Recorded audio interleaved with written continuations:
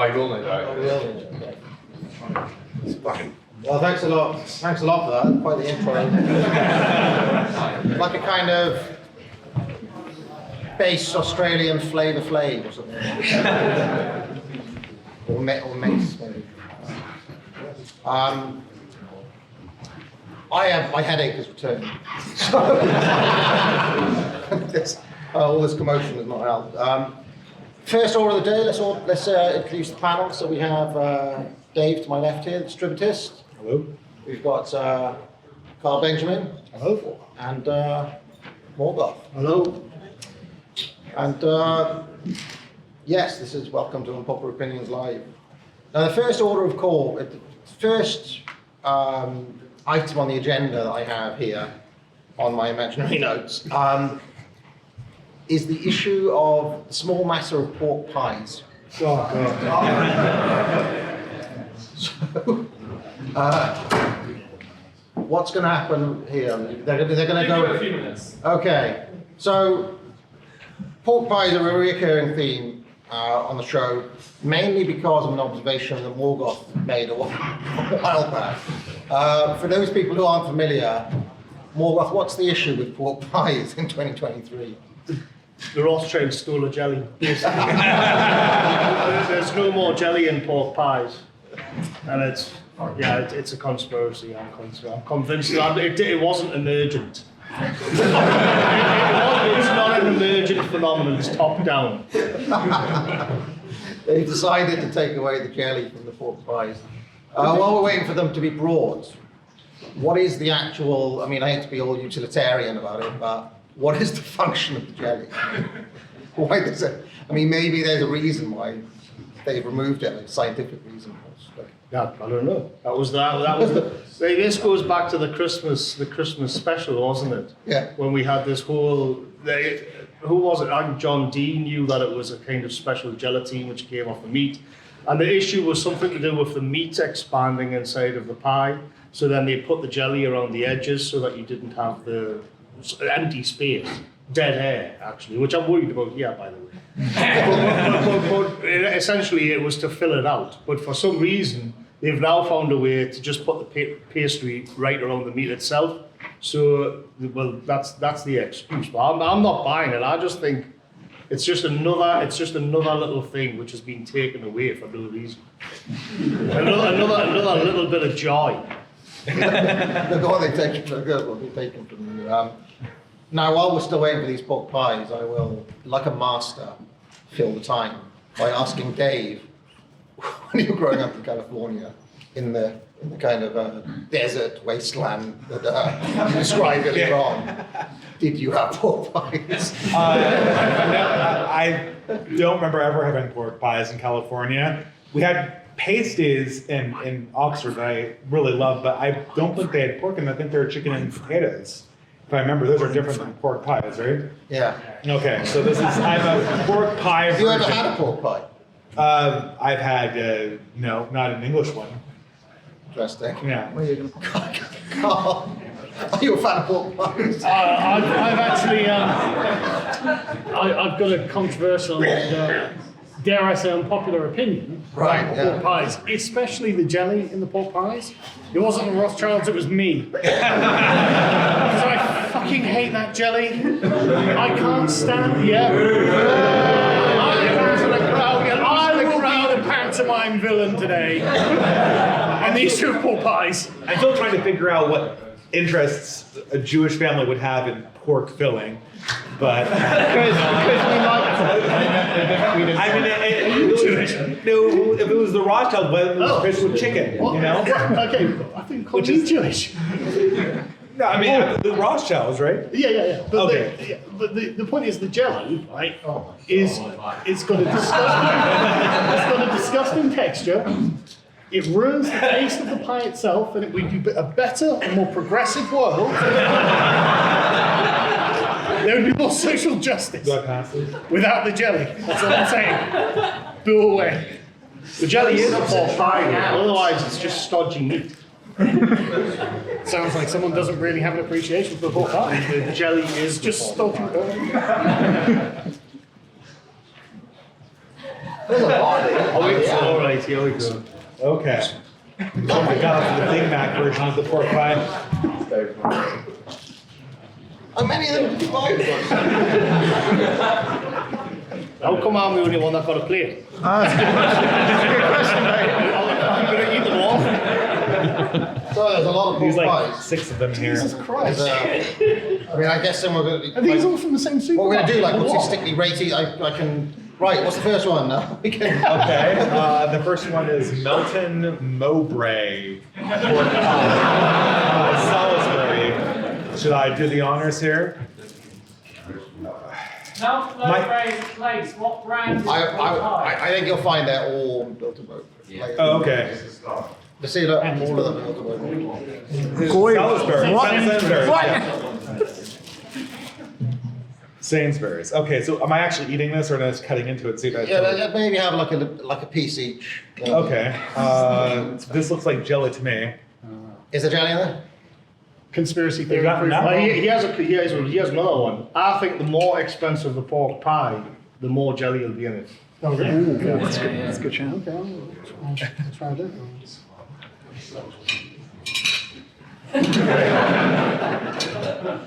Right. Riveting Pork pie eating is content. going to henceforth Right, so be do Sainsbury's. a pattern of initiation. We know you're not an infiltrator if you eat the pork Right, so pie. we'll go. That's not a cancelable statement. I'm just expressing my nationalism for pork eaters. They flog 20 quid to watch a bunch of old men eat pork pies on stage. There's light jelly on the top, just for appearance's sake, but none really. Well, that's plenty of jelly. What, was there more jelly than that? That's just so they can say there's jelly in the pie. So it's a superficial layer of jelly there. It's just superficial. I hate to push things along, but Okay. Next Dave, one. a rating out of 10 for this. I mean, I'm a complete pork pie You've got no virgin. basis of comparison. Yeah. Right, so I'm going to give it a 5. We're going to give 5. All right. I'll give it a 5, but for different reasons. That's standard, you know. Not enough jelly, too much jelly. Virgins always have to put the first experience down the middle. Okay, I'm coming on the same plate here. Okay. Can we get more plates? Yeah, let's try this. Okay, I don't see any jelly here. Brilliant. There's this. I mean, definitely tasting the pork more. This is also Sainsbury's. Yeah. No. This one here.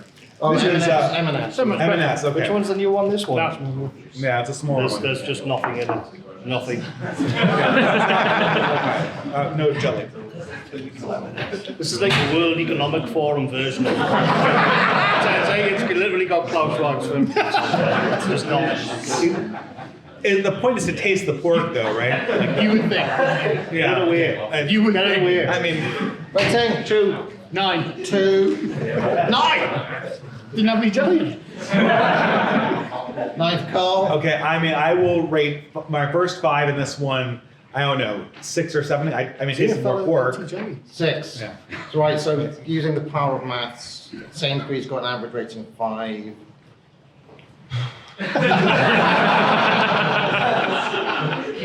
11, 7 divided by 3, 17 divided by 3. It's 5.66. 5 points. So M&S is currently in the lead on 5.66. Now we have the mystery pie. Mystery pie. Okay, is this our control here? Why are people giggling? Is that like kind of Zoomer lingo? Okay, Mystery we really have to pie. separate this. This is identical to the previous one. Yeah. Okay. Do we call this jelly? It looks like it has a white pasty film on it. So childish. You know, I think I'll give this one the standard 5 and just pass it on to you. That's disgusting. Yeah. That loud. I have no idea. I'm not touching that. Yeah. Wouldn't the jelly be I'm going to give that a 1. mostly The mystery pie a 1 from me. Mystery pie of This is 1. very much like when you go to Linda and Carly, monkey brains. Carly, No. are you rating the mystery pie? I didn't eat it, so I'll give it a skip. No, I mean this is terrible. This is somehow more dry than the one that had absolutely no jelly to begin with. So you're going 1. I'm going. Yeah, One. this is the worst. Average rating of 1. Right. do you want to reveal the mystery of the mystery pie at this time? It's a plant pie.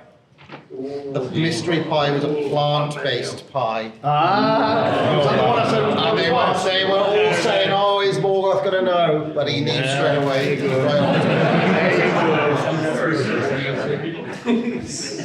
I got They're a the same, signal aren't there. they? Like I got a signal. on. That one's just bigger. So I reckon we could skip that one. Okay. Because they're both M&S. So Okay. let's go with this.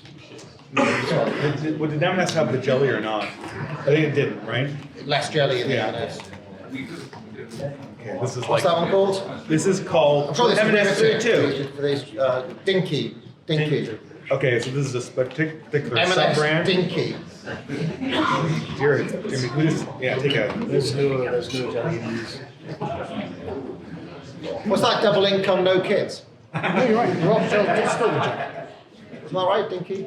I remember. Double income, no kids.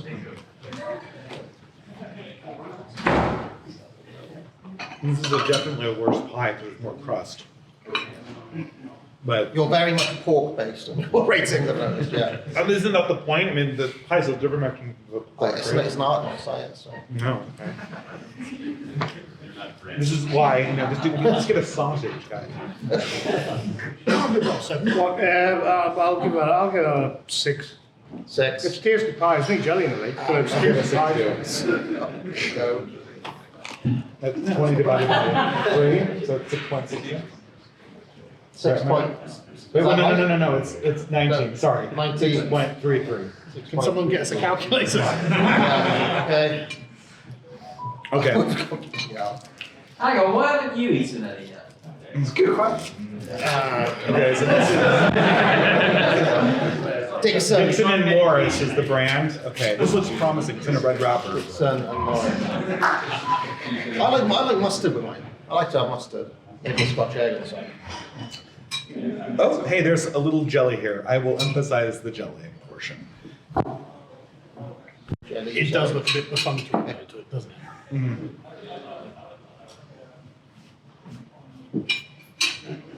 It doesn't have any jelly in it, but I am going to beef it up a bit. No, I'll it tell does. you why. It's because it's encased in like a kind of helmet. Oh, it does have jelly as well. Yeah, very, very A little small. bit. And if I was to go working back down the mines, not that I ever did, but I'll just read into it.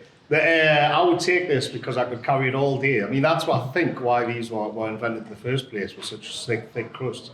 You would just put it in your pocket and carry it around all day. So as far as being tried, I'm going to give this a solid 9. I mean, I'm going to validate your conspiracy theory about this because I developed my hatred of pork pie jelly when I was a kid, when the Rothschilds hadn't got to this industry. And what it used to be like is, I mean, literally it'd be half an inch of jelly around a very small core of meat. There is a very, very small amount of jelly in this. So actually, my prejudice is not entirely founded against pork pies now. That's a good I point. rate this highly. I'd say an 8 on my book. 8. It's Okay. the best of both worlds. A small amount of jelly, I think I like it. Carl? Still processing, okay.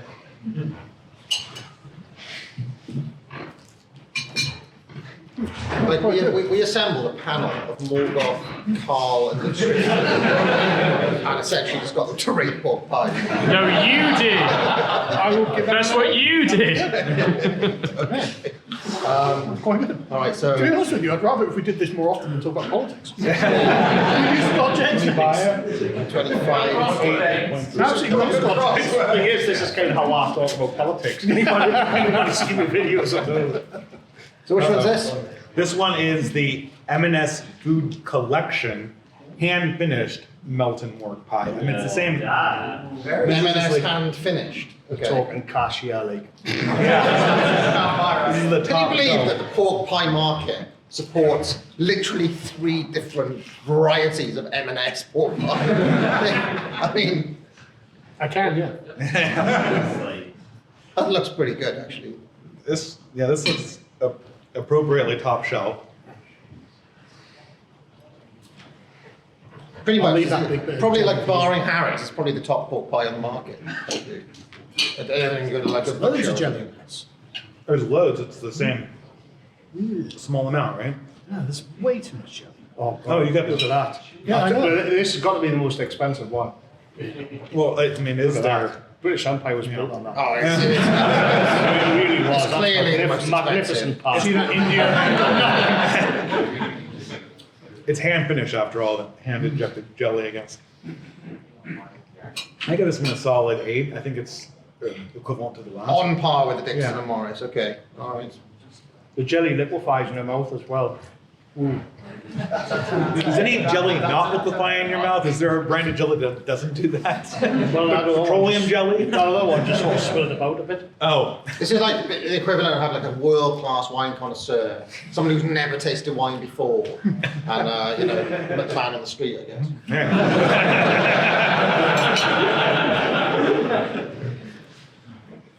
What? So rating? I'll give that an 8. 8. Okay. I'd have probably given it an 8 except for the jelly, so I'll give it a 7. 7. It was a good pie, otherwise. 16. 23. 23. 5.33. Yeah. That can't be Well, right. no, was there? No, it's not 16. It's 16. yeah, 16 plus 3 is 23. So 23. Scotland. 23. 23 is 7. But not mathematician. Where's James Lindsay? I am actually trained in math. I just can't do arithmetic. So there we go. The Dixon Morris won by quite a distance, 8.33. Then the M&S hand finish, 7.66. Then M&S Dinky, 6.33. Then bog standard M&S, 5.66. Sainsbury's, 5. Mystery plant-based pork pie, 1. We haven't even established whether jelly makes them better. I mean, we've established that the more expensive ones are better, and the plant-based ones suck. And that's the conclusion. What about jelly? Yeah. Well, it's This isn't properly controlled. It's kind of weird because in the old days, as Carl was saying, if you had loads of jelly, it was seen as a cop-out. They were just filling it up with jelly. Whereas now, they've kind of inverted it. So now you've got to pay for the jelly. and the kind of the offal meat, you just get as much of that as no problem. All the plant-based whatever. But it's the jelly that's a rare commodity these days. Of course, I mean, the true, like, the best pork pies you'll find in the country won't be any of these because these can be bought in the supermarket and everybody knows. You go to your little Trumpton butcher that's still there. All butchers ever are award winning. Have you noticed that? It's always like, oh, the best butcher in the entire world. Here's all our awards going back like 50 years. And that is the place where I reckon you'll find the best pork pie. Do you agree with that? Yeah, well, yeah. All right. Now on to something completely different. Donald Trump recently was taken in Fulton County and had his mugshot taken. I believe that mugshot he tweeted out has got over 300 million views. Earlier on, this morning, I have a little tradition about skipping the morning talk, but I didn't waste the time. I instead trawled Twitter, having a look at what was going on, and was really surprised to be confronted with many mother. I don't know how to describe these characters. Urban youths from America, right? Urban youths. Brothers, let's just say, scholars, joggers, and all of them basically coming out and saying, "Don't f with my president, man. You step to Trump, you step to us, and all this sort of stuff." And there's absolutely tons of it. And I tagged you. I thought I'd bug you that when you logged in, you'd see just like dozens of notifications from me. But this was funny because we were talking about it just last night about the prospect of essentially the African American male demographic actually now going for Trump on the basis that, like, for example, as I was explaining earlier, if you are such an urban youth in Fulton County, the chances are you have had that exact mugshot right? I mean, the statistically more likely than other parts of American society to have had that mugshot. You've blundered into it just So the regime want to run the narrative of this man in the mugshot is an evil oppressor of you. And they're looking at it and saying, hold on, he's dressed like me. And the same guy who the same corrupt system that arrested me and my brothers, and now arresting this brother. And I was actually interested, like, there's loads of this stuff on, and I don't know if it's AstroTurf or if it's funded by MAGA or if it's organic or what. Didn't seem organic, didn't seem funded, I have to say, given the amount of machine guns and liberal use of colourful language that they were employing. But some of the things these youths were saying was quite interesting to me. Like, for example, one of them was saying, like, that Trump, that player, he didn't say player, he said another word, that player real, because he's just about the money, and we're just about the money, right? So I have lots of questions about this. Like, for example, what is the true meaning of the mugshot? What is the true meaning of MAGA? And what is the true meaning of hashtag hood for Trump? So I don't know who wants to start. I mean, you're the American here, so I might as well start with you, David. The real meaning of the mugshot is that progressive America's balls have fallen off, and they have so little consciousness of themselves they can't even imagine somebody having any amount of testosterone. So they completely miscalculated how this mugshot would play, and it's coming to Trump's advantage, very obviously. And I don't know if that's going to bring out the brotherhood for Trump, so to speak. He may be one Lizzo endorsement away from securing it. Well, she's cancelled now. So, she's cancelled? She was literally playing Conning the other day as an American icon. I've been so remiss in my duties as a person from the nation of Lizzo to follow up on all the latest Lizzo lore. But, that and Lady MAGA will, crown Trump King of America again, I suppose. Carl, any thoughts? Yeah. I'd like to read a statement by Ilhan Omar. Quote, "He really is about that thug life, fist." They won her over. She's been growing on me. I think he's been growing on her. She tweeted a picture of the mugshot, and you can hear a faint squelch in the background. But he's not. Ilhan Omar, the member of the squad. Yes. Yeah. He really is about that thug life, fist. What was the intent behind that? I have no idea. Okay. She saw a criminal and was like, "Oh." Even if he is her mortal enemy. But I mean, the mugshot is a legendary thing. It's like genuinely a legendary moment. Because of course this is the first American president to ever have one, thus cementing America's status as a banana republic. I'm so sorry. But also, the thing I found really strange is just how good Trump looked. Like, he must have been practicing this. and Trump is a showman. Like, it is entirely possible that he had someone taking photos of him giving the eye. And no, that's the one, right. I've got it. Because you only get one shot of the mugshot, right? And he's been arrested like 3 times before, and they never released the mugshot. Because they must have known Trump's going to make hay with this. He's going to, and he looks like weirdly slim and a bit more youthful because the light isn't sort of directional, it's just blank. And so he looks like younger, slimmer, dangerous. And he posts it to Twitter, where he's been banned from for overthrowing the Republic and was returned, but was too proud and too up himself to return. So was he too proud, or was he biding his time?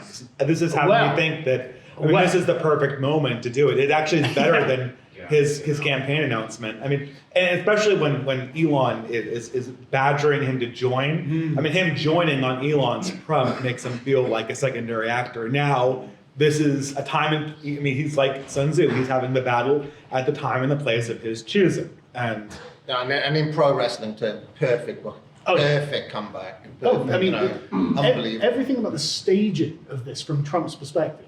Again, I don't think that Trump is really rational enough to have thought this out in advance. Like, I love Trump, but no. But you don't think he was sitting there watching Zoolander? No. He he probably was doing something like that, but he wasn't rationalizing it. I think he's just got the world's best gut instinct. And his gut was just like, post the picture, yes, I'm doing this. And it was a total win. And you've seen the response from the left. It's just been essentially a cavalcade of, he was supposed to be crushed. We were supposed to have him. We had him now. You've been arrested, Drumpf. And it's like, no, you don't understand. You're making him look good. So good that even the gangsters think he's great. Why did you see the one where the first one which came out and it had Rudy Giuliani on, and Rudy Giuliani had a similar kind of bad to the bone vibe, but then all the minions got like the blinded by the light thing. It looked like that Hamlet ad from the 80s, you know, where he kept falling in the funny. Why did the minions get like the blind and light one, and but Trump and Giuliani, like the top capos, get the yeah, they got the cool shot. Yeah, they got the cool ones. I don't know if you saw one of them all together. It's so funny.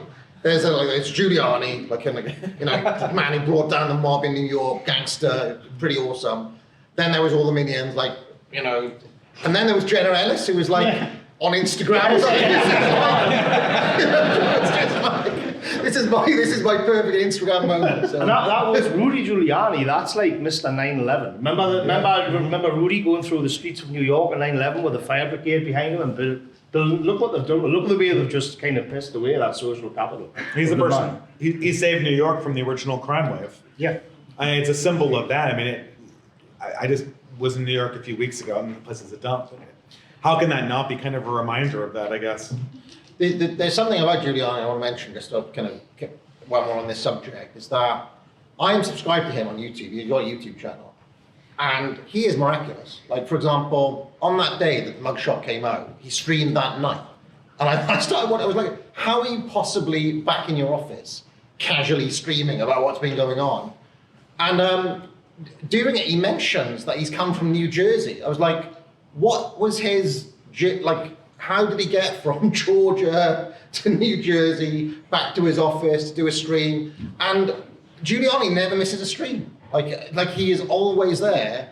Like when his show is due, it goes out, no matter what's happening. Like he could be being arrested, raided by, one day he was raided by the FBI, and then he was streaming that night.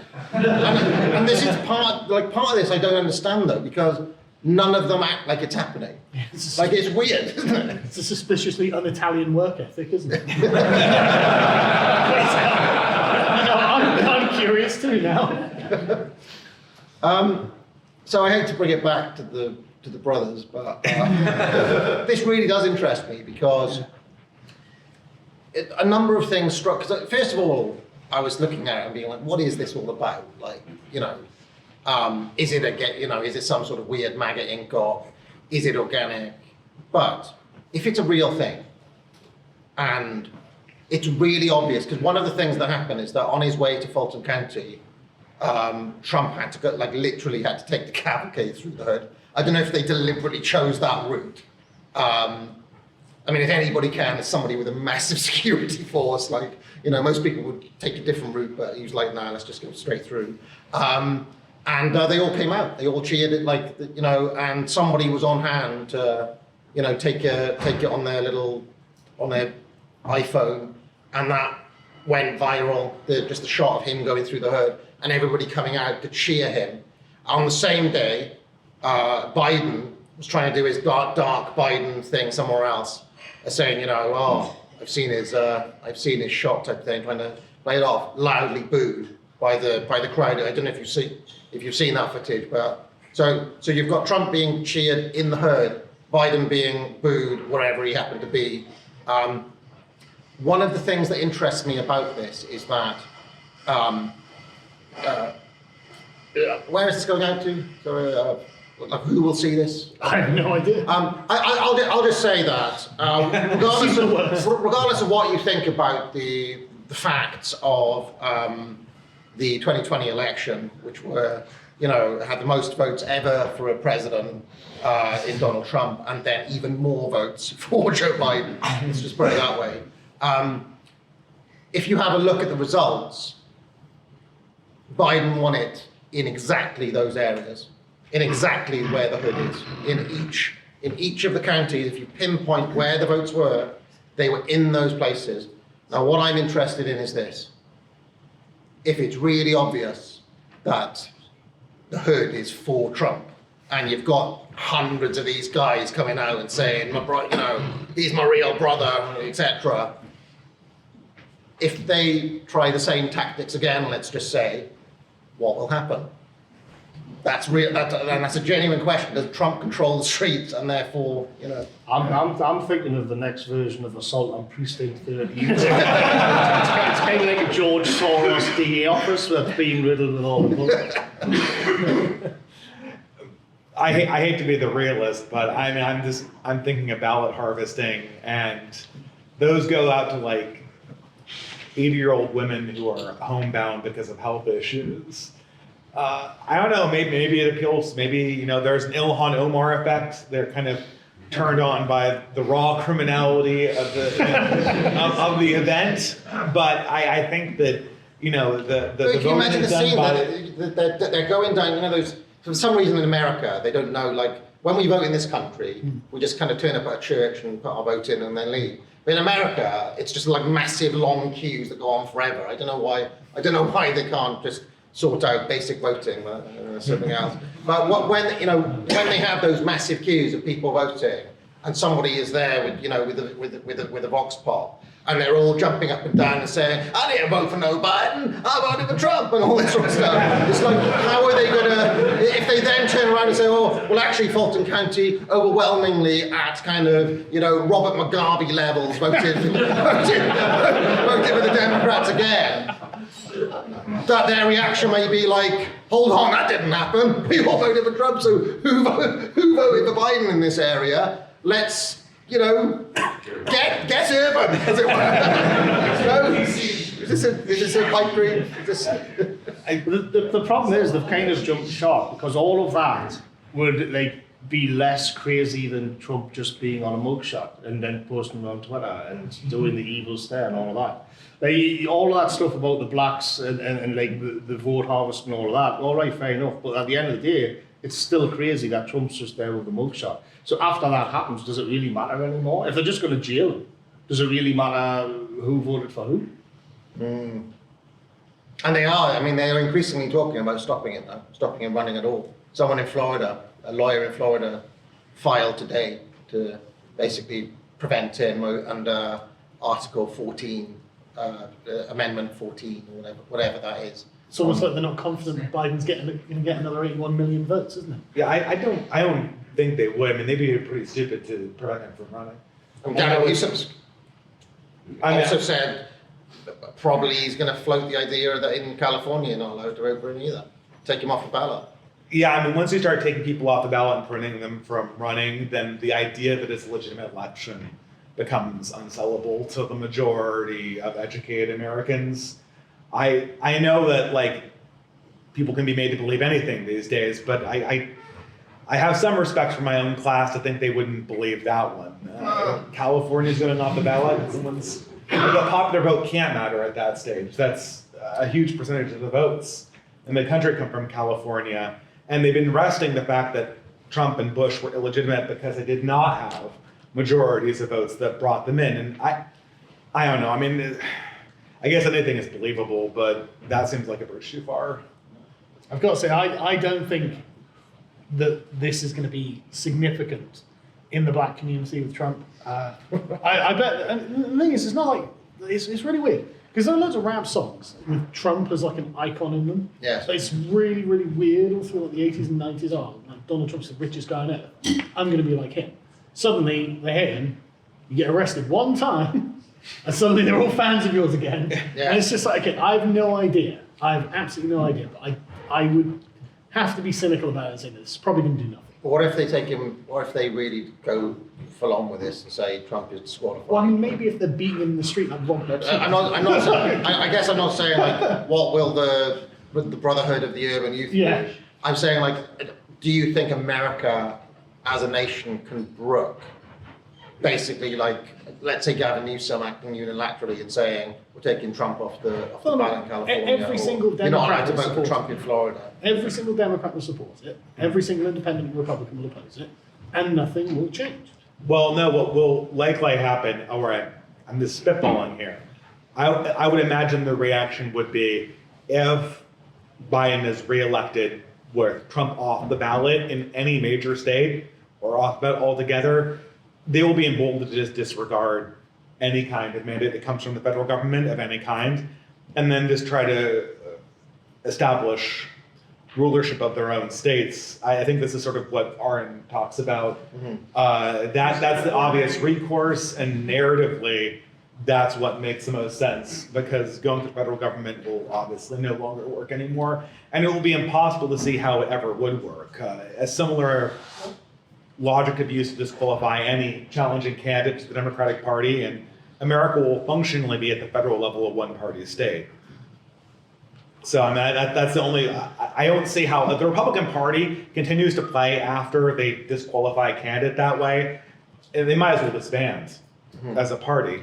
Well, Morgoth, any sense of what might happen if they, I mean, I say if they're crazy enough, they're already crazy enough to have done what they've done so far, so I'm not counting anything out. Like the whole idea, I mean, I don't know where Aaron is, he's coming up later, but I mean, I'm not prepared to concede the putting the woke away because it's 2025, but I will say that they have been way crazier than I ever anticipated. I'm just saying, if you slide the cigar over to me when I was looking, we don't have to do that. Yeah, I mean, it's the real question is what happens when the MAGA base, which is white working class America, is just utterly dispossessed of vote.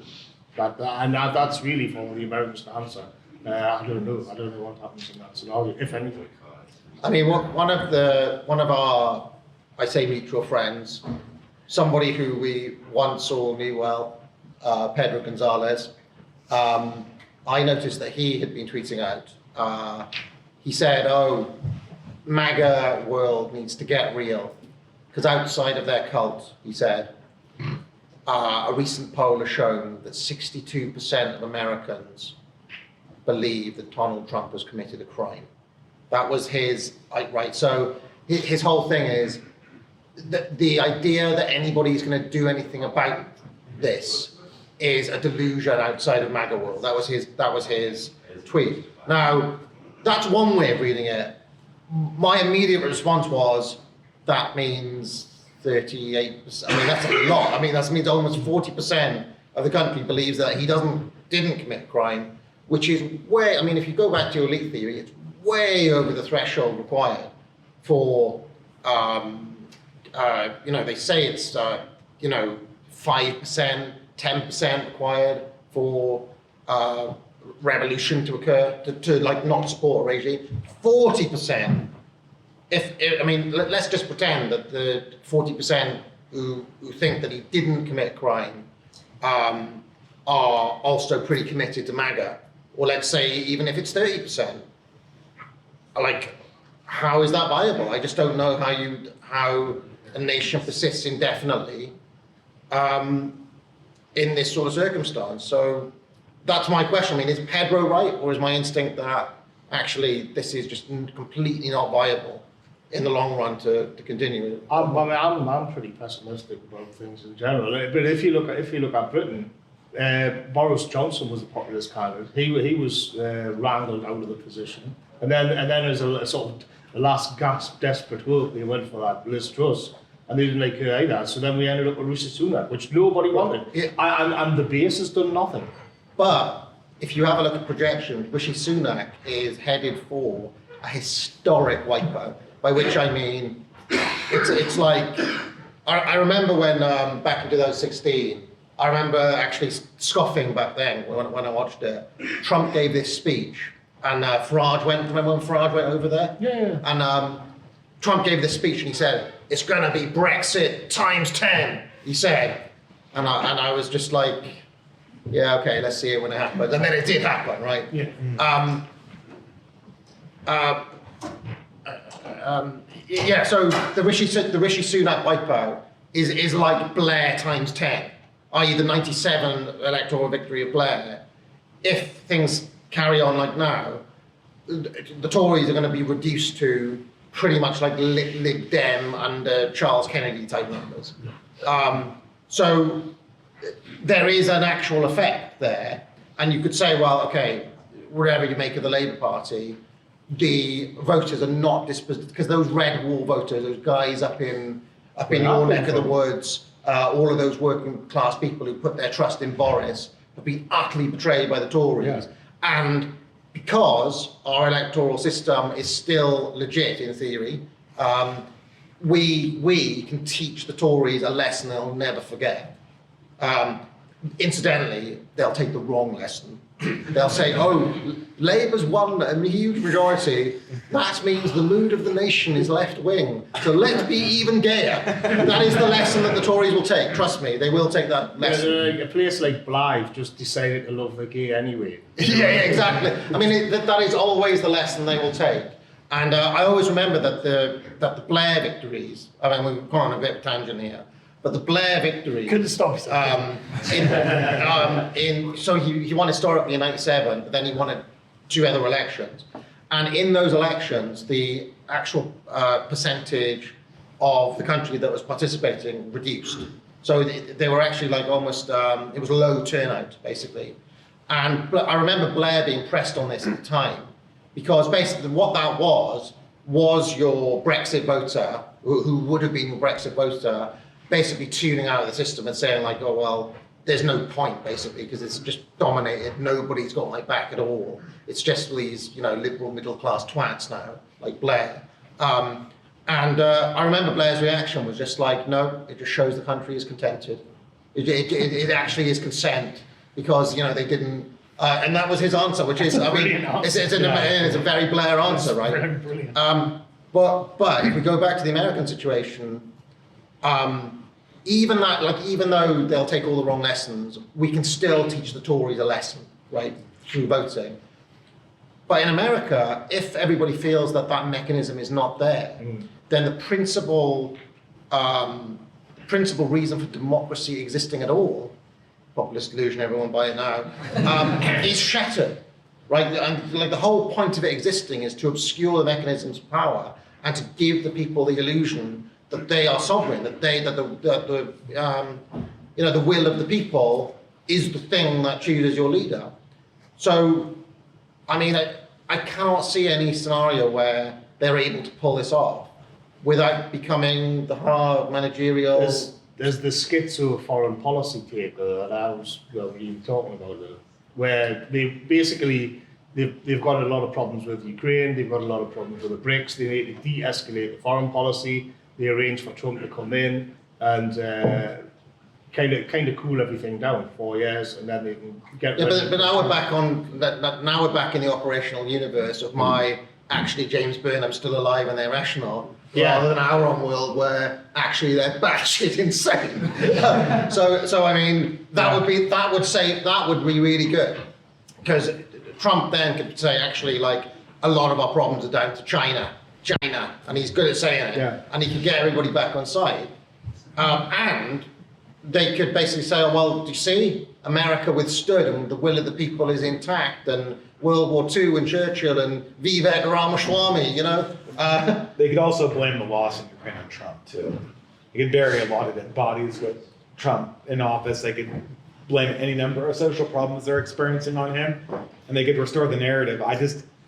They're planning to have Trump slide back into office easily. This mugshot wouldn't have happened. And there's no way they're going to be able to, if they disqualify him, there's no way they're going to be able to pull Blair and say silence equals consent. No, this is what I'm saying. It's fundamentally different to disqualify a party leader than it is to shuffle around ministers or candidates inside of a party, because the decision between parties is always the primary, no pun intended, it's always the primary lever of democratic power. The party mechanisms were always considered to be secondary and oligarchically controlled. Once the primary mechanism of democratic power becomes compromised by the managerial system, then the democracy is totally illegitimate, and the only option Republicans have is to boycott elections. And if they don't boycott elections, it will be functionally as if they did, because I don't know how America sells itself as a two-party democracy or any kind of democracy when that occurs. Which is why I don't think they're going to do it. But maybe they're just that crazy. Carl, any thoughts? I don't think that the Democrats in the high leadership and throughout the ranks are nearly as clear-eyed as they would need to be to pull off your plan. Like they are deranged, pathological about Trump. They're, like you said before, there's something about him, and I think it's just his attitude, really. It's just his "I don't respect your opinion" attitude that drives them mental. He's defiant. I mean, that's what they were saying about the mugshot. Yeah. He was defiant. Yes. Basically, Yes. He is not humiliated. He's not come to heel. It's riled up his base even more. This has backfired in our faces, like everything we've done so far has. How is this happening to us? I think they're tearing out their hair. I think they're panicking. And I don't think they're capable of the kind of Machiavellian machinations that they would need to be capable of for this to be kayfabe. So now there's the other question that keeps on rearing its head all the time. Americans love to polish their guns and talk about the Second Amendment and liberty and all that sort of stuff. Have you ever fired a gun? Steve Turley is getting increasingly angry, and he's increasingly. Steve Turley's angry. No. Well, I mean, I don't know if you've seen the video, but speaking of the urban youth, there's that guy. There's that guy who. If Steve Turley becomes an urban youth icon, I will eat my dog. I want to see that. I'm serious. Do you know what he uploaded today? Is Trump the new MLK? That was it. But we're reaching levels of boomer that shouldn't even be possible. But Trump was arrested and taken to the place that MLK was also arrested in. Yeah. So there's genuine crossover. Symbolism. Yeah. So I mean, that's weird. I always remember he gave his last speech. Do you remember, before Jan 6, he went to the Alamo as well? Yeah. There's a lot of symbolic. Isn't it? Yeah. I mean, one of the things I was going to say is that what I think has to be brought into a lot of analysis now is that it's kind of like, is it like a 4D Machiavellian thing, and we're scratching our heads trying to figure it out, are they really that clever? What's the angle? Increasingly, and I saw this with the Hawaii story last week, something that we have to factor in is, are they just retards? Yes. And it's because the competency crisis, which is more and more of a thing, is going to be where something looks really complicated and you sit there mulling it over, what's the angle? And it's because a diversity hire has just pressed the wrong button somewhere. Yeah. That's what the Fulton County thing is. Yeah, that's how we got the mugshot. Yeah. Literally diversity hire. Fannie Willis. Yeah. And you can tell that the rest of the DNC is just like, fuck. So the real question I want to ask is, come back to Turley. He put a video out the other day with a gun saying, "Now I'm not asking, unstop the rise." There's that guy on Twitter he's a black guy, he wears the MAGA hat. He often has There are loads of those. he has a Coke, and he kind of laughs. They all do that too. He laughs at TikTok. This is so Well, there's one of them. non-specific. There's one of these dudes, right? These MAGA dudes. And at the start of the video, Turley often just inserts whole videos in his own video, and he inserted the entire video of this guy saying "I'm not playing anymore. That's my president.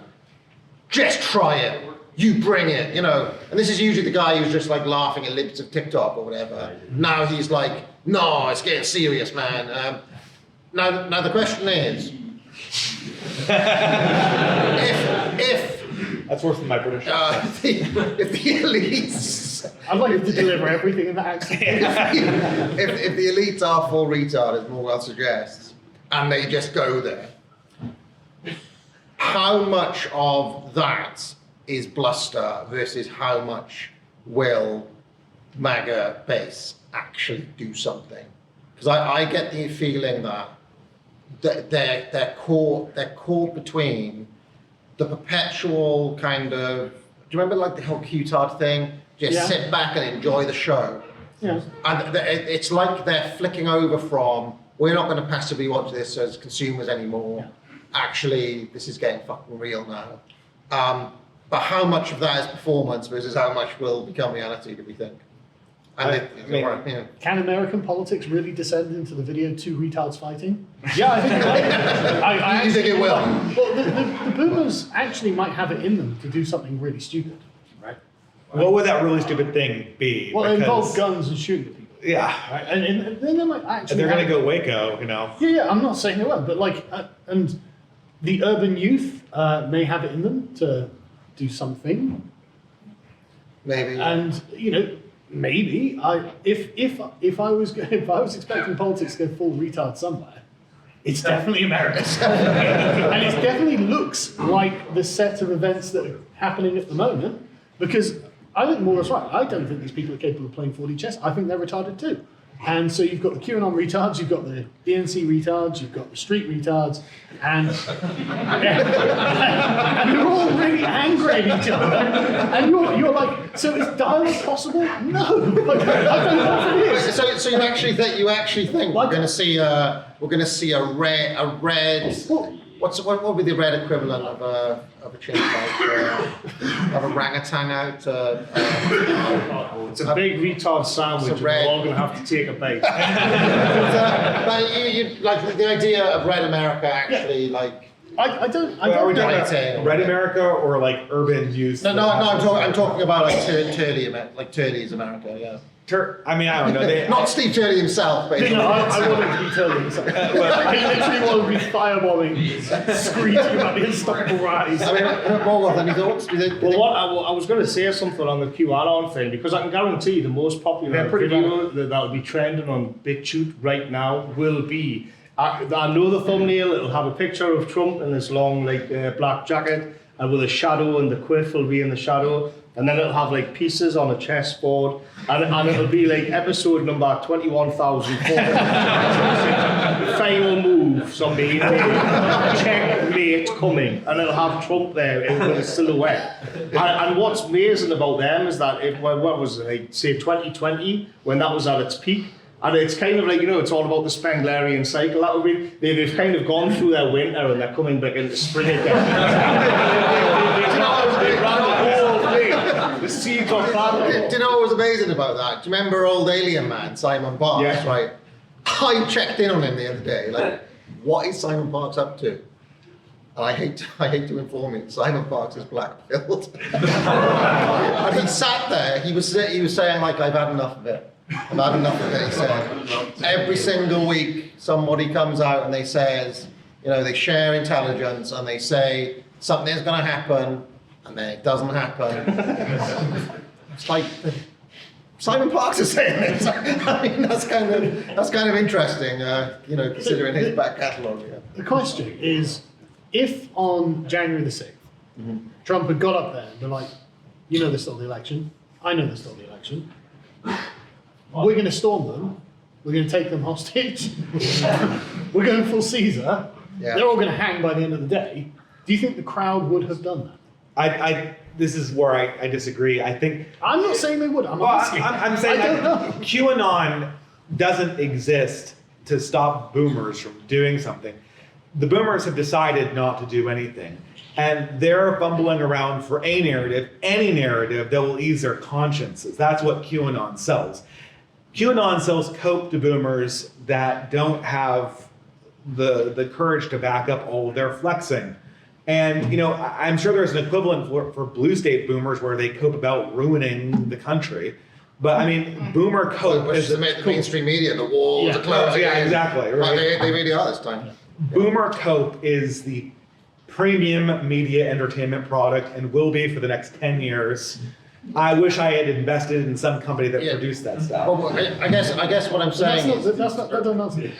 If Trump had said we're going in, would they have gone for it? They would have done the same thing that they did already, I think. Right, you don't think they would have gone in, grabbed the senators, dragged them out? And Trump was like, no, get Pelosi by the hair. I think they would have. I think they would have encountered resistance. It's assuming they did. You know, would they have given it a shot? I don't think they're organized. Well, there we go. Then the answer is no. But So we're not going to see a bullet. I have two final questions on this. The point I was trying to make is that Dr. Steve Turley, my favorite YouTuber, is also the probably like Copa in chief. Like he sells. I mean, one of the best things I've ever seen where he stops and he literally starts selling red meat to the audience. I mean, it's like picture pornographic pictures of like slabs of red meat like in the right. But for him to turn around and be like, we're not playing anymore. For him to turn around and be like, you try this on, we're gonna get serious, right? That's a flex, though. They always flex. But what I'm saying is that the QAnon thing was a kind of an invite to passivity. And what I'm saying is that Turley increasingly, and people of his ilk, are basically, they're saying like, we're not gonna take this line down. I.e., it's their version of nobody's coming to save us, basically. It's their version of that, of like, oh, we are gonna get organized this time. And then my second question is that if we go back to the idea of Caesar, this is something we were talking about earlier on. Now, I said in my speech that Bolsonaro was made to eat KFC and not play Caesar, right? And that Trump, we think, is possibly a character of the same ilk. But every hero in history, including Caesar himself, didn't want to be a hero. They actually had persecution. They actually had a state coming down on them. In Caesar's case, like they wanted him to surrender his armies. I mean, you can pick your own hero, but it's usually, some of the myths and legends of Arthur you were talking about earlier on. The hero is often unwilling, or you think of like Bruce Willis in Die Hard. He actually just wants to get back home. He doesn't want to be dealing with It's the essence of the monarchy. Right. The hero is forced. Now Trump, he doesn't want to be Caesar, and he's shown he doesn't want to be Caesar. But it's almost like the regime are forcing him to become Caesar. Do we see any prospect of this actually transpiring? Not really. Yeah, I give it another cycle, you might have something, right? Because the I don't know what we want to call it, the establishment, the cathedral, the State Department, they want to discipline Trump. They want to, slap him on the wrist. But this is not like Caesar. I mean, Caesar was going to be executed or exiled. What's going to happen? There's a path for this to happen, but in my mind, it goes between Trump bails, another person comes in and goes, I'm going to do Trump, but I'm going to go for it. And then they realize that they actually need to issue credible threats. And I don't see how that cycle happens unless the system itself demonstrates that it's willing to be violent against citizens of this country. Once the establishment shows that it's violence. Yeah, I mean, that's not quite Ashley Babbitt. I know it. There's plausible deniability there. Yeah, there's a lot, and Blue America believes it, and they believe that Ashley Babbitt was about to just girl boss kick the guy's head off, right? And then he just it's coming right for us, and we all know that 90-pound women are the most dangerous martial artists known to mankind because that's what our movies have been teaching us. So if you do Jan 6 again, send in the Brotherhood, the Urban Brotherhood. I mean, because then the regime has to mow down. How's that going to play with the liberal housewife? Is what I'm saying. Like one epic music video. Any chance of Trump going Caesar? No. Even if he wanted to, I think he's too old. I know it's not a very exciting answer, but that would just be the beginning of what he had to accomplish, which is historically to put down the money power once and for all, which is not going to be an easy task either. So by the time he got in, he'd be 78, and then he's going to get to work. If he was 20 years younger, maybe. And we don't think Vivek Ramaswamy is going to be Caesar. I'm never paying any attention to the other ones. They're all just fakes. All right. Well, how much time have we got left? Is there even time to? We've been going for an hour. We've got, okay. Well, we'll do super chat. I was going to have a whole second panel here, but we've run out of time, I think, because we spent so much time eating pork pie. So, let's do some super chats. We rustle the bag, pick out a super chat.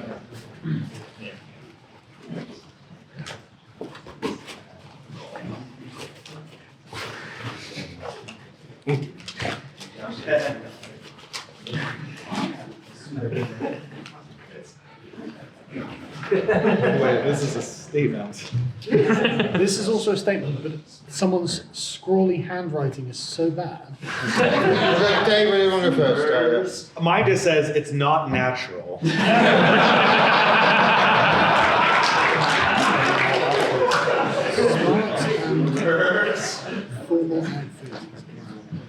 Okay. These aren't questions. These are. This one, I want to do like a sort of perfect Daily Mail red meat dad tape, which my dad will be fuming about. Says the Indian moon landings were fake. Which everybody in Middle England who reads Daily Mail is going to say, no, it's not. I paid for the bastard.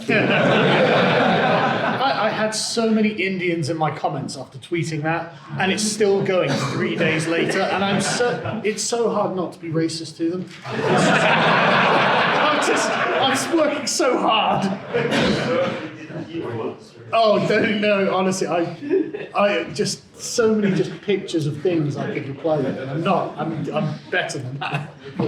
We give foreign aid to India and China. Yeah, 2.3 billion in the last 5 years for India, mental. which is what drew all the Indians, because they were like, oh, 45 million, no, trillion, sorry, 45 trillion. It's like, that's more money than exists in the world at the moment. We stole from it bollocks, and even if you wanted it back, good fucking luck. You think we've got 45 trillion? I got a video on that back in the archives called, where, well, some Marxist professor worked out compound interest, but did not deduct any investments, capital investments, or, for example, figure out that entire industries that the British basically invented, like tea, for example, which they brought to India. Like, she basically took for granted that India would have developed those on their own and built the infrastructure on their own. Did not did not factor in the fact that for every pound that India made for the empire, it spent £2 to keep it going. So it was a kind of a lost leader. Although I will say that was the national cost. Obviously, they privatised the profits, which is been going on a long time. But still, didn't factor in any of those things, and just basically that's how the 45 trillion number comes about, is because they just work out compound interest on a kind of weird algorithmic inflation rate across history, and 45. I don't care. You're not having it back. We had to dig it out of the ground. You ain't having it back. So that's what they've been constantly. British Museum. I don't know. What does your super chat say? Yeah, good question. I think it says the difference between smart and a formal outfit is a tie. Again, not a question, but correct. I'm not wearing it. We are living in post-Blairite cultural revolution Britain, and as everybody knows, Tony Blair uniform was to take off the tie, because I'm a Californian. That's my culture. I've never worn a tie to work. and that's really what the true meaning of Blair was. The quiet Americanization of Britain. The Supreme Court and the managerialism and the lack of ties. Should I go on to the super chats? Yeah. I didn't. Let's go again. Let's hear it. Should we get a couple? Yeah, well, I'll just take two here. Most of them will be statements anyway. Come on, this is another statement. I just don't like them. There's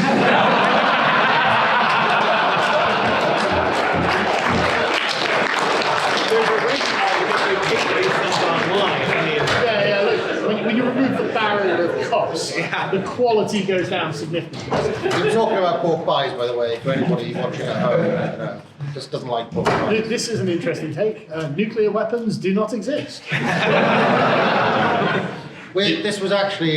Did Rory sneak in? I have a guy I have a guy who hangs out in my chat called Martin Ware, and whenever nuclear weapons are mentioned in any capacity, it's like summoning. Remember that film, like say Candyman 3 times in the mirror, and basically you mention nuclear weapons, and like Martin Webb appears, and he's very mysterious because he's got, you know, like the special tech that only very important people like Sargon himself have, right? I mean, even I don't have a special tech, right?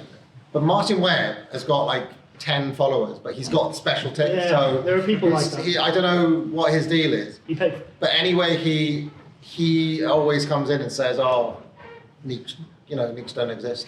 They're the biggest psyop. You guys are so blue-pilled. You believe This is nukes like the exist." Welsh Rwandan genocide denier. So anyway, me and Panama Hat were talking last night, and various other people, and we gamed it through, and actually came to the conclusion that it is entirely feasible that is in fact true, on the basis that nobody ever fucking uses them, making it the most useless and also most useful weapon of all time.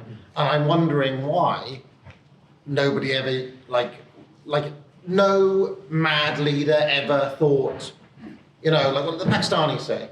It's just like, Well, we'll just casually use a nuke. just casually like nuke Kazakhstan. because here's a question, right? Kazakhstan. Or let's pretend Putin, right? Right? Because and this is not like hyperbolic because they've literally touted nuclear war recently. But let's just say Putin was like, oh fuck it, I'm gonna nuke Kiev, right? Here's a question, right? Here's a question though. What are you gonna do about it? You're gonna nuke me now? You're gonna I nuke Kiev. You're gonna nuke me now? Yeah, but I mean, how does that work? I mean, isn't this like basic game theory? yeah, this is like this is like the Cold War doctrine. Yeah. Well, no, but but nobody's ever gone rogue ever. I mean, it's like, so it's a weapon you can't use, is what I'm saying. Yeah, it you just is never use it. It is, but So therefore, it's useless. I mean, it does play into my theory that, that lie would benefit the State Department, so it has a high probability. I mean, I know nuclear technology is real because I studied physics, but all lies that benefit the State Department are at least partially plausible in my book, and that definitely benefits Here's the State Department. the true question, right? Why? This is the really funny that I didn't know last night is South Africa owned nukes, and then when they were dismantling apartheid, they didn't want to leave. They couldn't trust the new government with it. it's okay for Pakistan to have nukes, But not the ANC. Yeah. But the question is, right? Why doesn't a nuclear power like South Africa, when it was South Africa, why didn't it automatically conquer all its rivals? Or Pakistan or India being nuclear powers in their specific regions, why don't they automatically, therefore, own all of the, like, traditionally, if you have that much power, you kind of automatically take over your rivals, but that doesn't happen with, like, North Korea, for example. Like, they're a hermit state. At no point do they think, well, let's just go for it. What are you going to do? Nobody ever goes for it. Nobody ever uses them, and nobody ever says, oh, if you don't give us all your land, we're going to nuke you. So how, like, so we concluded that. It's just the mad strategy, isn't it? Mutually assured destruction. yeah, I mean, But here's what I don't understand about that. If they just went rogue and did it, you'd then be prepared for the counterfire. what preparation can you make? How are you going to do that? Blast out of the sky. There's a bomb coming. Oh, we're just going to wait here. We'll just blast out of the sky. 16,000 feet a second or something. And they'd be coming in from multiple angles. Yes. Yeah, but they'd be waiting. They'd be waiting like, oh, right. And the North Bang, Koreans there's haven't ours. got enough food to And make lunch. then the counterfire comes. Oh, we're waiting for it. I don't think that's how it works. I see the interceptions very, very difficult. Yeah, they move really quickly. So they're definitely not real Very then. high. Yeah, so they're definitely not real. Let's Yeah, I thought be so, realistic okay. and factor in response time, Oh, right? yeah, I've been If Moscow hits Kiev, what is the turnaround time to get through like the entire American bureaucracy to be like, one, oh shit, they've done it to Kiev. Now we need to return fire, or does it all happen automatically? To be fair, that's an executive decision by the president, isn't it? So, so actually, it doesn't have to go through the bureaucracy, and actually, the president could be like, yeah, fuck those guys, and then. We came up with a conspiracy theory that Oh, yeah. the reason they couldn't give Corbyn the nuclear codes is because he'd find out it doesn't work. Trident really was a Corbyn literally came out and said that he wouldn't use them anyway. Here's a question then. Israel has nukes, right? Yeah. If Israel nukes Palestine tomorrow, America's not going to nuke Israel, right? So they could do it. They could. So if nukes are So what's stopping? What's stopping them? Well, Yeah. it's because they want Palestine. I see. Anyway, nukes are probably real, but if they're like, if I find out tomorrow they weren't, I'd be less surprised than I would have 5 years ago. I asked the Japanese what happened. Well, you see, and this is the thing. Once you This is a good cover-up. once you then follow Martin Webb's links, it takes you down this weird thing But if you- where there are odd interviews with Christians in Nagasaki who are like, "Yeah, we were there. It was all right." And I still wasn't that big. I still don't know the actual reason for those interviews existing. I just and that's when you kind of freak out and be like, yeah, I cannot allow myself to believe that nukes are real.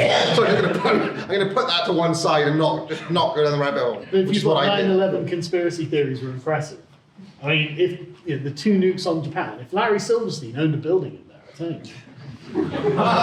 Niche 9/11 truther humour. We know partially that the State Department did lie about nuclear winter, right? So I guess it's more or less a matter of scale. They perpetuated the lie. Is that right? I just assume we're all done. Well, I mean, like, yeah, I don't know. Who knows what would happen if you set up a bunch of hydrogen bombs around the Earth? But most data that we would get or regularly call evidence points to the fact that this would be recoverable on a species-wide level, and it wouldn't be the end of the world. The idea that this would exterminate all life is something that elements of the State Department, I believe it was the State Department, put out there because they felt that it would increase the probability that Americans would not want to antagonize Russia into a confrontation, which they felt would be disastrous for the world, which it probably would have been. Do you know what? I mean, I didn't grow up in like peak Cold War, but the thing that got me scared of nukes was Terminator 2. Do you remember that dream? Yeah. Remember that dream she has, and Yeah. they're all. I mean, Didn't, with that, didn't you have to do the bombings of Hiroshima and Nagasaki? It's like in school, we had to learn about it. Like people turned into shadows on walls and stuff like that. apart from those random. That was a bit more worrying to me interview, than Sarah apparently. O'Connor. Okay, all right. Next super chat. Yeah. Right, well, I've got 2, but one is not very useful, so I'm going to read. Someone has anonymously said, I don't like knickers. To which I'm going to tell that anonymous person will stop wearing it. The more interesting one is by Pharaoh, which, now that's weird, you named yourself. Because no one else has, so it's unusual. But this is, again, a controversial. Donald Trump was right to stay on Truth Social. How do you feel about that? I would like Farrow to explain himself, because he was going to come on the panel, but that plan went out the window when Pork Piegate happened. All right, Farrow, go on. I think he's trying to cultivate a personality cult, and to do that you need a group of ultra-loyal followers. And I think by committing to Truth Social, he has turned boomer voters into quasi-worshippers of himself. So I think he sort of elevated the kind of cultish behaviour that he needs for his little group. So it just gives him more power over them, I think. I'm interested in this because I've noticed a lot of regime stuff talks about the MAGA cult, right? The MAGA cult. But if those polls are correct, the MAGA cult consists of 40% of Americans. What is the threshold for a cult? That's my proof. I mean, people play fast and loose with this term, but like 40% of a nation is not a cult, is it? That's a full-blown religion. That's actually. Saint Donald Trump. So how many people are we talking? Or what you're saying is within, like, if you go to like the mid-century Germans, yes, there's like guys who are just like kind of the economics minister and so on and so forth. But then you've got like Hess, who's just like, I really just love Hitler,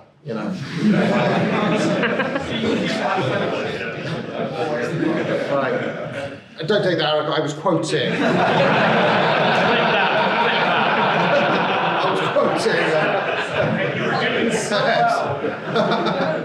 Okay, next super chat. Go on. All this was Hitler was totally wrong, but Edward I was right. Edward. It's not as funny if Dank isn't here. I mean, The hammer of the Scots. It's a much funnier joke when Dank is sitting next to me because he has to be like, every conversation we have comes down to Edward I. Oh, look, the problem with Scotland, man. Well, the Scottish Prime Minister has already said that, right? Yeah, well, he has actually, pretty much, yeah. And in fact, after he said that, I sent him a picture of Longshanks. If I could just get back to Rudolph, not being Hitler, right? If you ever watch The Triumph of the Will, research purposes, and it is considered a classic, studied in film departments around the country, there's a weird sequence where they show this rally going on, and they play bits of all of their different speeches, and there's like a bit of Goering, like we're going to make guns and not butter, and then there's another dude, it's like, it's very important for Germans to get married and have children and so on, and Goebbels comes on and mutters something about the group that he doesn't like, and then they show a bit of Hess, and Hess's speech is just like, I just really love him. and it was one more time.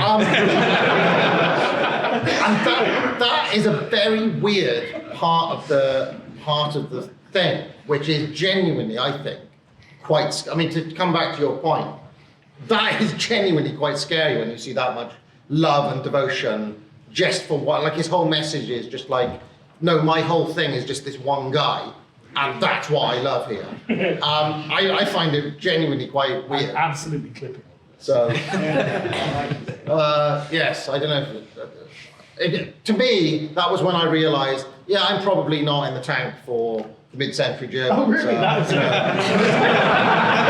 started the war, but simping on Hitler. It was just too much. We can debate the origins of the Second World War, but I'm not. Nazis are beta. It was after that he took the posters down. Beta orbiters. Incel energy from the Nazis. That's the reason. Next.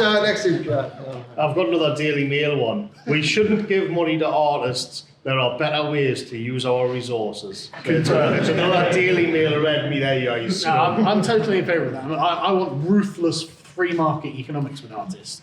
Because Art sent me a video of this Norwegian feminist, and she was literally just like crawling around on the floor, yapping and like moaning and like covering herself in pain. And he was like, she got like 100,000 kroner or whatever it is from the Norwegian government to do this.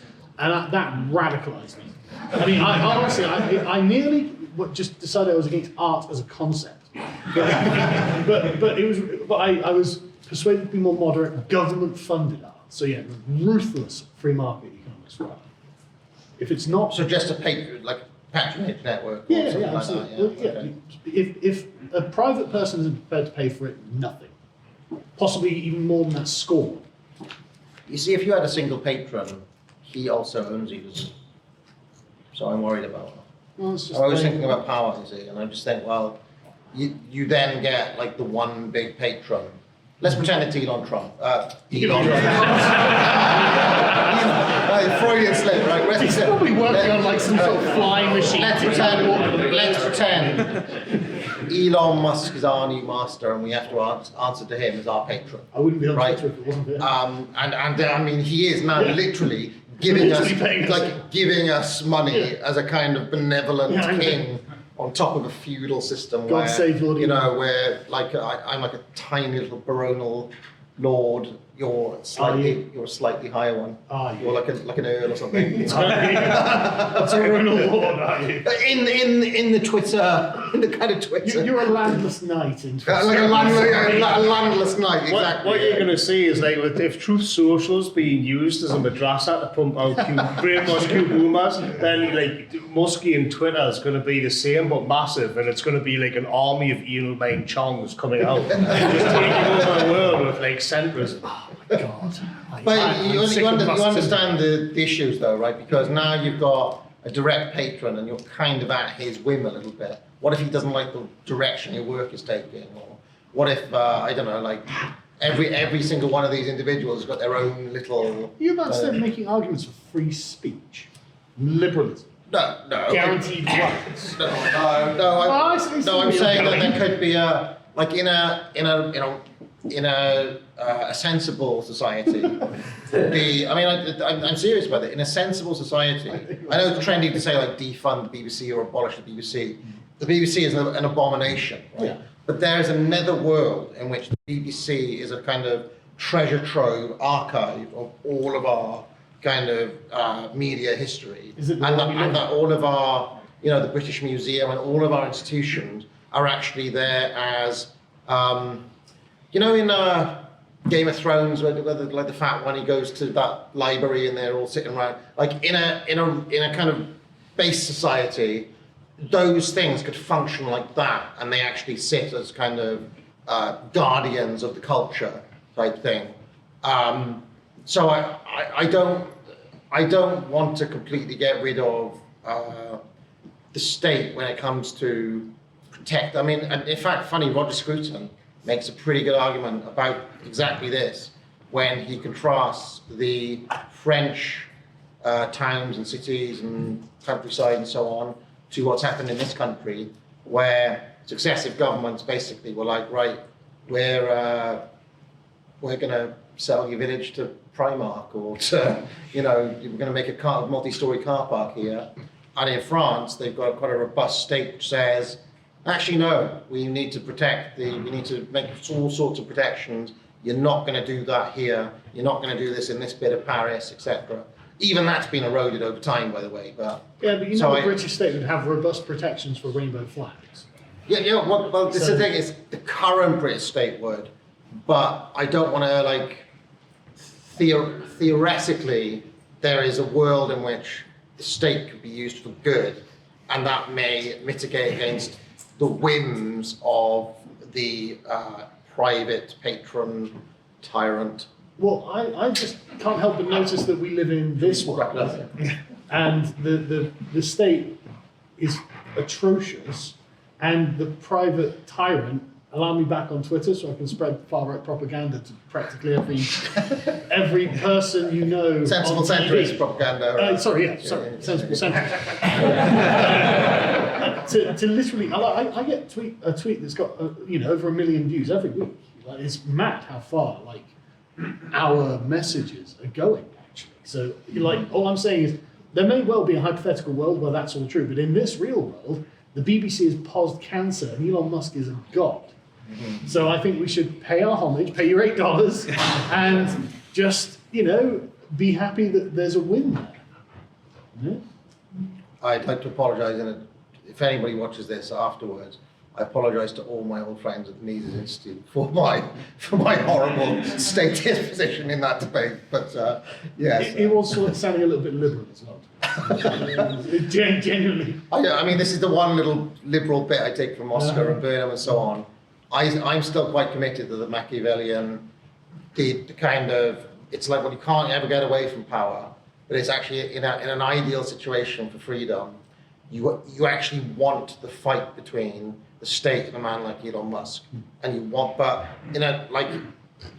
I can just imagine circumstances where the state could be on our side and the private individuals could be rapacious kind of tyrants. But Biden is actually suing Elon Musk at the moment because he refused to hire refugees because he's legally not allowed to hire refugees. So Musk is being sued by Biden for basically following the law. It's mental, and it makes the Biden regime look demented, absolutely demented, power-hungry, demented tyrants. No one would have gotten that impression otherwise. But okay. Again, adds to the growing list of things that they've done that are mental. All right, well, I've been given the wrap-up sign, so thank you very much to our panel here, Morgoth, Carl, and Dave, give them all a round of applause.